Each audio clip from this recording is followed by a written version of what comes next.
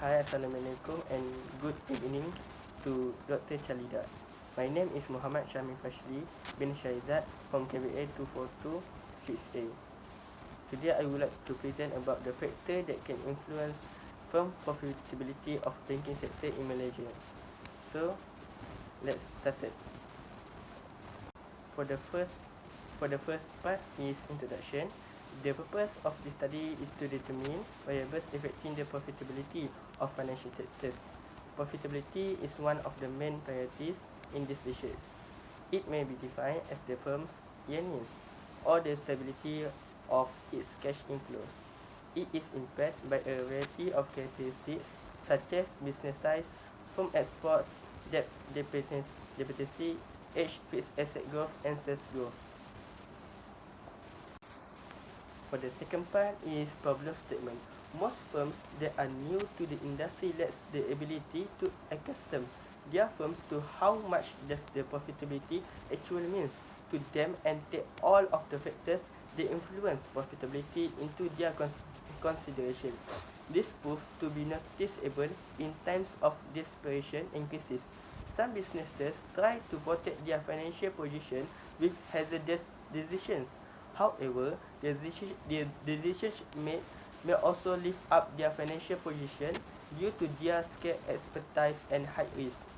A plethora of research reports that describe several highly influential factors that can possibly affect profitability in their financial sector.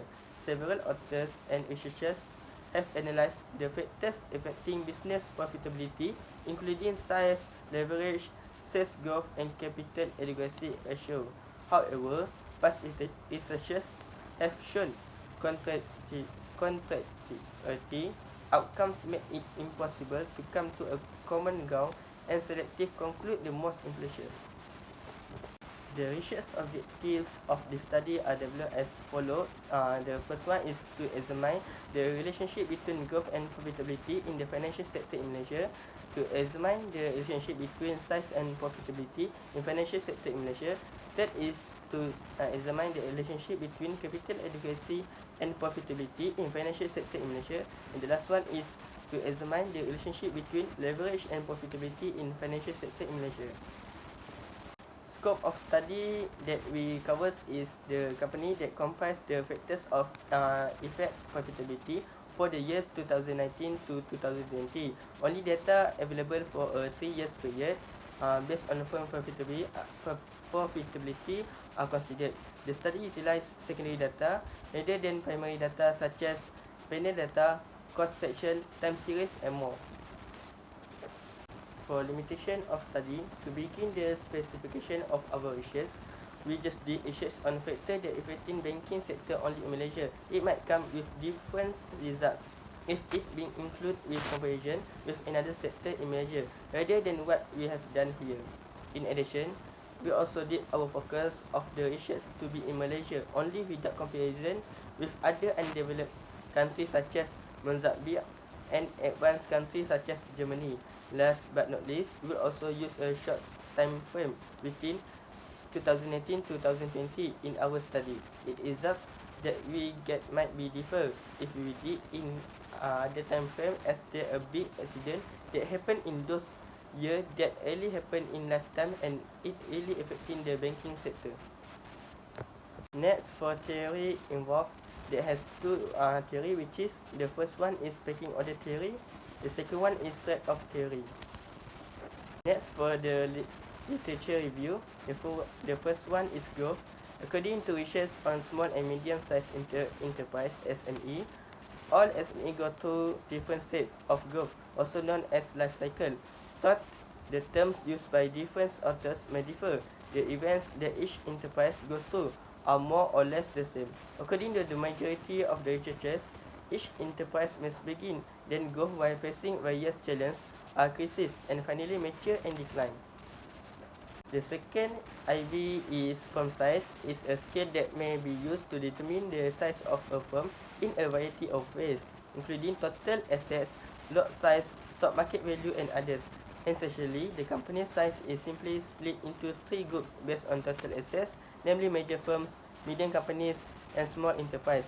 According to the firm size represent the company size. The size of the firm is determined by the business field in which it operates.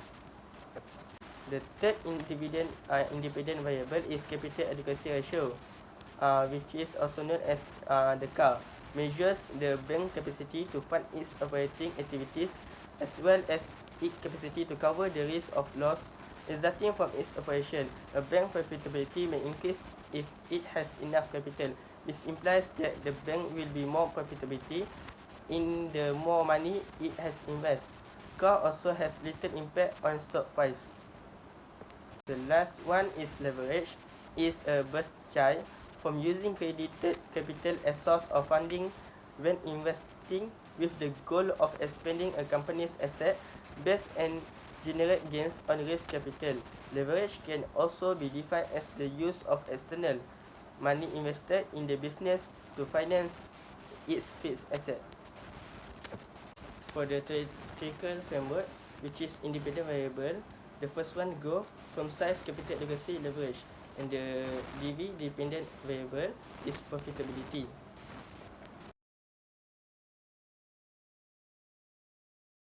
Okay, for the finding analysis, the first one is normality test. For the Skinners, negative skew indicates that the mean is beneath the median. For the criticism, the CAR capital adequacy ratio is the lowest from our research result, and return on asset being the highest, meaning there is a high possibility for revenue increase. The second test is for the multi-collinearity. The result supports that the multi-collinearity issues does not exist throughout the study because the center VIF value is less than 10%. In a nutshell, the outcome of the regression is highly rational. The profitability of an organization is positively and significantly impacted by the capital adequacy ratio. The most important source of financing for a bank's operating activities in money is from the public or other parties, and the extent to which the bank is able to do so indicates its success. For recommendation, a simple set of rules would make the research easier to be carried out in a short time, thus making the preparation and submission of the research to be less time and resource consuming, which leads to the second recommendation. Being able to compare the local banking sector with foreign banking sectors would help us researchers to achieve more accurate and reliable results compared to when limited to compare with other non-related sectors within the country. Last but not least, the performance and results of the banking sector would be better if the selected time frame to collect data is free from major or global events like a pandemic or natural disaster. So that's all for me. Thank you.